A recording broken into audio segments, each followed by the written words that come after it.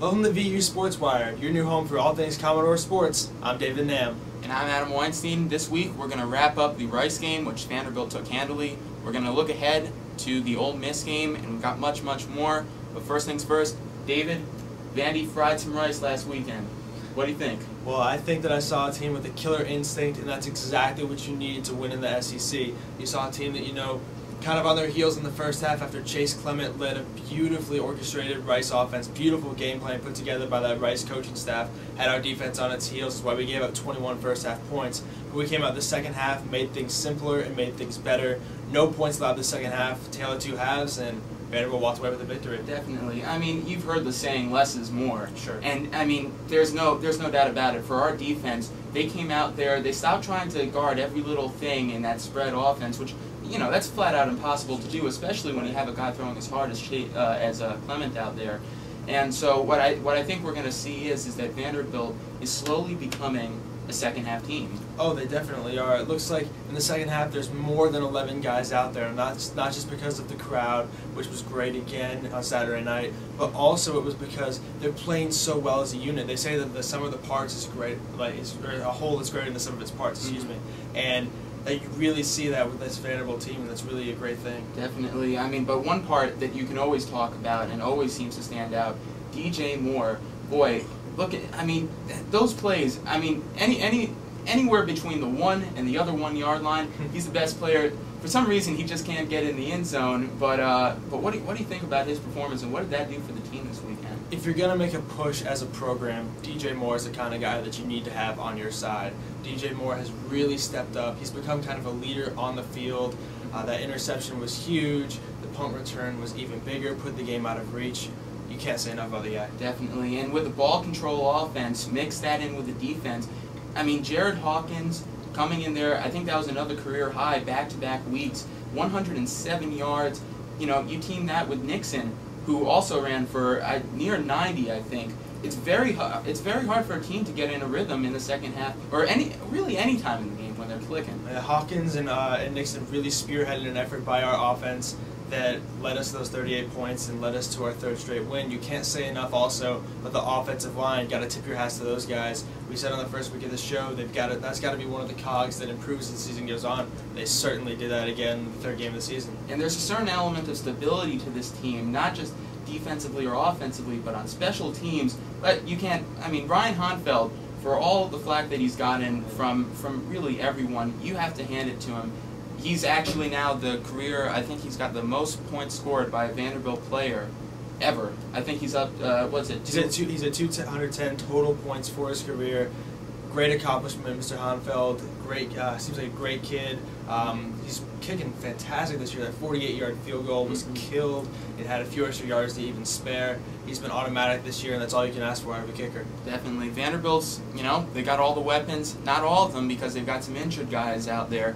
But it looks like they could really do some damage later this season. It's not just one of those first half teams, it's that second half. We'll be back in just a bit with Jared Amato from conquerandprevail.com. Stay tuned.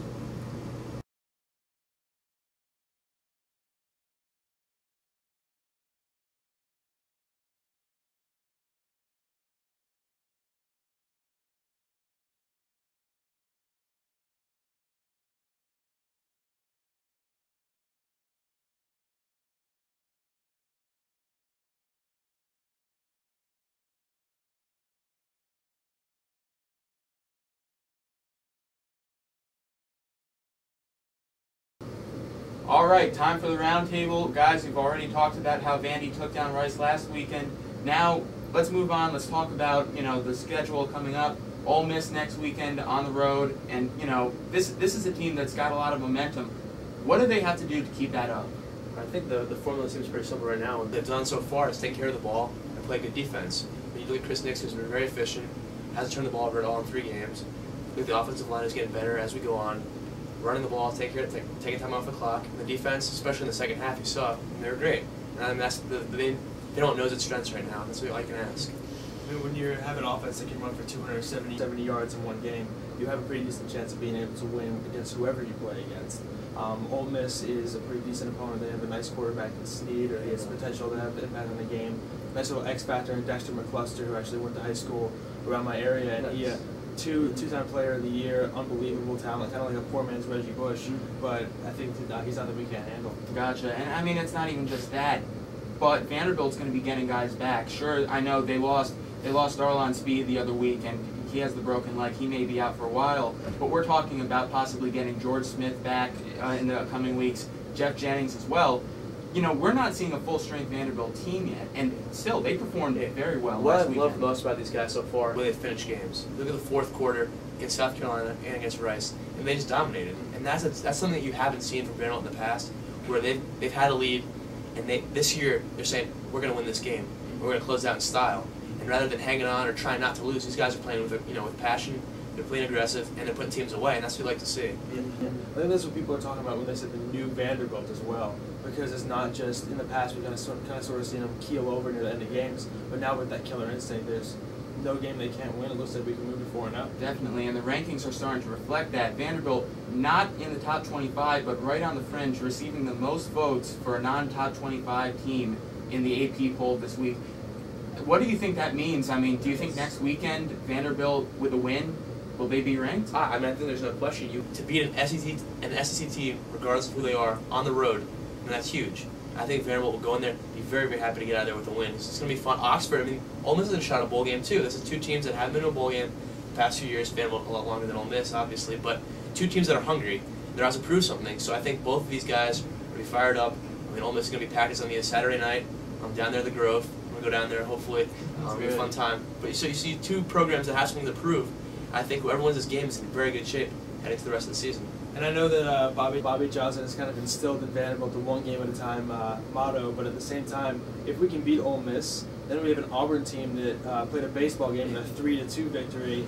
I can't help but like our chances to at least keep that game close. So if you look down the road, if we can get over Ole Miss like I think we should, and then maybe have a chance against Auburn, we're talking about 5-0, and we're talking maybe bigger things than just a bowl game. I know. I just though let's hold up because Ole Miss is a good team. It's on the road, and that's but and you made a good point though with Bobby Johnson and the coaching staff. They make the players focus one game at a time, and that's what you have to do in the SEC to be successful. You can't get ahead of yourselves or take anything for granted, and these guys aren't. You look at the reason they win games is what goes on, Sunday through Friday in practice fields, and that's why you've got to enjoy watching this team because they take each game one at a time and love what they do. And they take it seriously. Definitely, and the football team not the only team looking forward to their schedule. The men's basketball schedule was announced just this week. What do you think they're looking forward to in the schedule? And I mean, they've got a couple of big games, non-conference, early on. How do you think they're going to handle it? You look at the schedule and you have, I guess the highlight non-conference games. You have Illinois, you have UMass, and you have Georgia Tech. The three big names that you have on the schedule. For the most part, it's a bunch of cupcakes, which is good. So the last team, they went undefeated in non-conference play. And for a young team with four talented freshmen coming in and with no seniors on the roster, I think it's a great idea to play a schedule that's maybe softer and somewhat less challenging to give these guys a chance to play with each other, learn how to play with one another, and just kind of get their feet wet. So I mean, it's not too challenging, I don't think, but a smart move by Kevin Stallings and the program. I think it'll be a good way to kind of work in the Twin Towers mode with Festus Joy and AJ Ogilvy. And also Vanderbilt's favorite rapper, Dollar Beal, his emergence on the wing, maybe get him a few more shots during the games. See how he adapts to more of a leadership role this year. It's going to be a fun time. No doubt. But the only thing that worries me here is that their in-conference schedule, the SEC, starts off at Rupp Arena, and we remember what happened last year. I mean, this team did appear to get rattled at some times on the road, especially with these freshmen coming in, and they're going to be a big part of the team this year. Do you think they're going to be able to handle that sort of a start? And that's going to be an awakening. I mean, welcome to the SEC. You're not going to. At the same time, that's going to be exciting for these guys. I don't think they're going to take their lumps this year. There's going to be some growing pains, undoubtedly. But that's why you play. You come to Vanderbilt to play at Rupp Arena and to be challenged like that. So for these guys, sure, it's going to be tough early on, and especially as I just said, without any senior leadership at all. George Drake is a redshirt junior, so he has another year left. Jermaine Beal is a junior as well.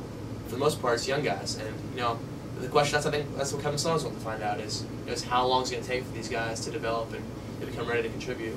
I think you'll be able to see that later on in the season when they see more seasoned teams like